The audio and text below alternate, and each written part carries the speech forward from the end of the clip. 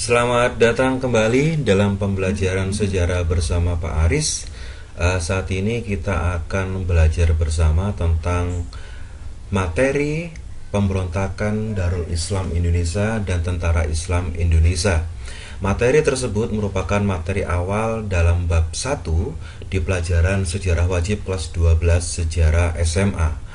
Pemberontakan Darul Islam dan Tentara Islam Indonesia ini tidak terlepas dari adanya perundingan Renville yang pada saat itu membuat Indonesia mengalami kekalahan dalam tanda kutip, karena menurut perundingan Linggarjati sebelumnya wilayah Indonesia itu memiliki 3 pulau, yaitu Jawa, Sumatera, dan Madura.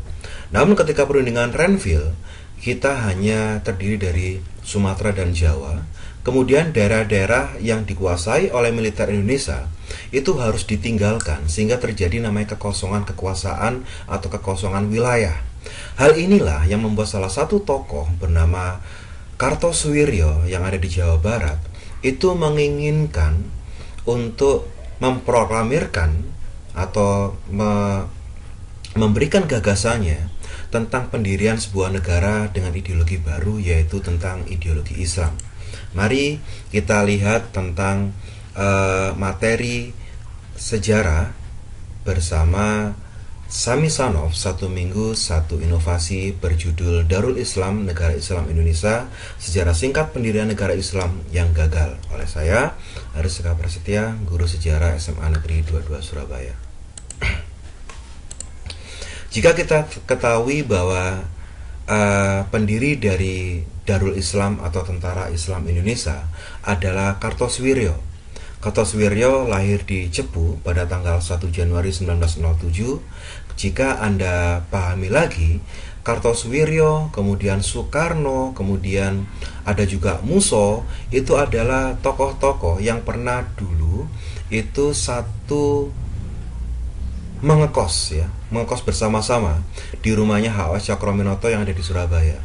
Beliau-beliau ini adalah sebenarnya tokoh-tokoh yang pada masa muda itu memiliki gagasan-gagasan ideologi tentang nanti Indonesia merdeka itu akan dijadikan seperti berfaham apa, negara jenisnya, nanti pemerintahan seperti apa. Jadi sebenarnya mereka memiliki orang-orang pintar yang memiliki gagasan-gagasan yang bagus sebenarnya. Nah, cuman karena Kartosuwiryo pada saat itu mempunyai gagasan tentang pendirian negara Indonesia dijadikan negara Islam, maka dikatakan bahwa Kartosuwiryo merupakan tokoh yang mengkhianati bangsa Indonesia dengan gagasannya ingin mendirikan negara Islam Indonesia. Kenapa Kartosuwiryo ingin mendirikan negara Islam Indonesia? Itu pertanyaannya. Ya, bahwa Indonesia sudah merdeka pada tanggal 17 Agustus 45 itu rupanya sebelumnya oleh Kartosuwiryo dia telah mendirikan negara Islam sendiri pada tanggal 7 Agustus 49 di beberapa daerah, yaitu tepatnya di Jawa Barat ya. Gagasan tersebut mendapat beberapa dorongan dari beberapa para tokoh, terutama tokoh-tokoh yang memang berhaluan Islam, ingin mendirikan negara Islam waktu itu. Kenapa kok dia sampai menginginkan memproklamirkan negara Islam Indonesia? Itu karena dia kecewa terhadap politik lokal, bahwa pemerintahan saat itu dikuasai oleh kaum komunis ya. Apalagi pada saat perjanjian Renville Indonesia kalah ya. Dalam tanda kutip kalah, hanya tersisa sepertiga wilayah saja ya. Nah ini, jika kita melihat yang namanya wilayah DI Darul Islam yang ada di Jawa Barat, itu adalah meliputi wilayah di daerah Jawa Barat. Nah, jika kita lihat di sini yang diarsir ini adalah wilayah DI atau Darul Islam yang diproklamirkan oleh Kartosuwiryo. Melihat perjuangan Kartosuwiryo yang begitu menggebu-gebu ingin mendirikan negara Islam, rupanya juga banyak kekecewaan dari beberapa daerah-daerah lainnya terhadap pemerintah Indonesia, sehingga kekecewaan tersebut membuat beberapa para tokoh, terutama yang ada di Aceh, yaitu Daud Beureu, juga ada yang ada di Kalimantan Selatan oleh Ibnu Hajar, juga ada di Sulawesi Selatan oleh Kahar Muzakar, dan di Jawa Tengah oleh Amir Fattah, akhirnya apa? Mereka mendirikan namanya apa? Bergabung dalam perjuangan Darul Islam Tentara Islam Indonesia. Nah, akhirnya terjadilah yang namanya perang saudara kalau menurut saya ya, yaitu antara negara Islam Indonesia dengan Republik Indonesia.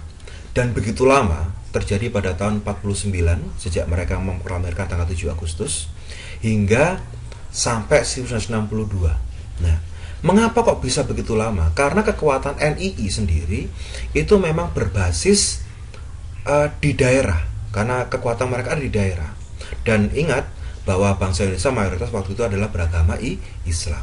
Ya, jadi disitulah wilayah Indonesia saat itu sedang begitu goyah ya, karena banyak ditantang atau dilakukan namanya beberapa pemberontakan seperti 48, juga ada pemberontakan Muso PKI Madiun, juga ada pemberontakan PRRI Permesta, juga ada pemberontakan APRA. Bahkan pasca kita berbentuk RIS menjadi NKRI kembali, RMS oleh Sumokil, Republik Maluku Selatan oleh Sumokil pun ikut-ikutan untuk melakukan namanya apa? Pemberontakan juga. Nah, akhirnya pada tahun 62 negara Islam Indonesia dapat dibubarkan dengan ditandai oleh ditangkapnya Kartosuwiryo pada tahun 1962. Akhirnya di Gunung Geber pada waktu itu Kartosuwiryo ditangkap oleh Operasi Baratayuda, kemudian oleh Operasi Pagar Betis juga di Gunung Geber. Kartosuwiryo akhirnya menyerahkan diri.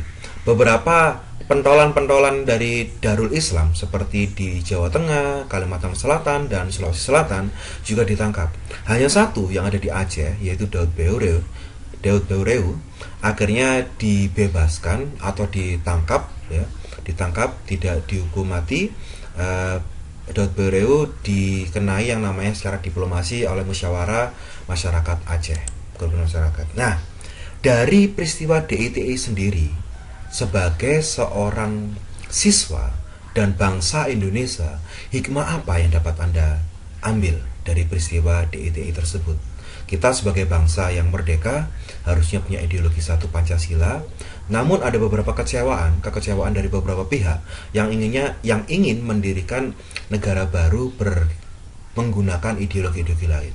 Mari kita akan bahas pada hari ini, yaitu apa hikmah dari adanya peristiwa disintegrasi bangsa. Tentunya di sini adalah tentang materi Darul Islam Tentara Islam Indonesia. Terima kasih dari saya. Mari kita bahas dalam live quiz setelah ini. Terima kasih. Assalamualaikum warahmatullahi wabarakatuh.